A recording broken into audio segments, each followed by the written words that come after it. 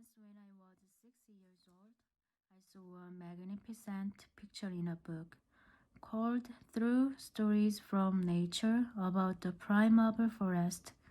It was a picture of a boa constrictor in the act of swallowing an animal.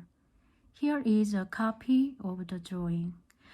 In the book it said, boa constrictors swallow their prey whole without chewing it. After that, they are not able to move, and they sleep through the 6 months that they need for digestion. I pondered deeply then over the adventures of the jungle, and after some work with a colored pencil, I succeeded in making my first drawing. My drawing number 1. It looked like this. I showed my masterpiece to the grown-ups and asked them whether the drawing frightened them. But they answered, "Frightened? Frightened? Why should anyone be frightened by a hat?" My drawing was not a picture of a hat. It was a picture of a boa constrictor digesting an elephant. But since the grown-ups were not able to understand it, I made another drawing. I drew the inside of the boa constrictor so that the grown-ups could see it clearly. They always need to have things explained.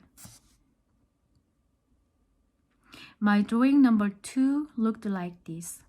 The grown-ups' response this time was to advise me to lay aside my drawing of boa constrictors, whether from the inside or the outside, and devote myself instead to geography, history, arithmetic, and grammar.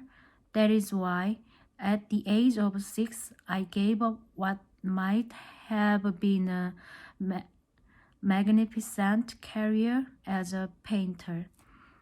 I had been disheartened by the failure of my drawing number 1 and my drawing number 2. Grown-ups never understanding anything by themselves, and it is tiresome for children to be always and forever explaining things to them. So then I chose another profession and learned to pilot airplanes. I have flown a little over all parts of the world, and it is true that geography has been very useful to me. At a glance, I can distinguish China from Arizona. If one gets lost in the night, such knowledge is valuable. In the course of this life, I have had a great many encounters with a great many people who have been concerned with matters of consequence. I have lived a great deal among grown-ups.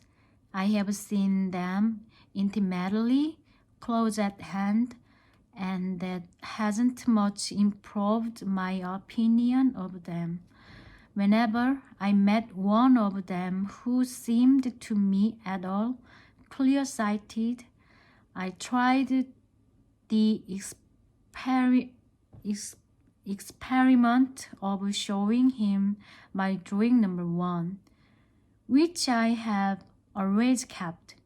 I would try to find out if this was a person of true understanding, but whoever it was, he or she would always say, "That is a hat."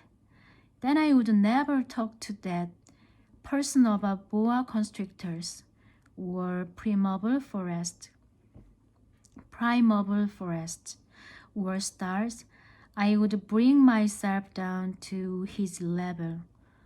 I would talk to him about bridge and golf and politics and neckties, and the grown-up would be greatly pleased to have met such a sensible man.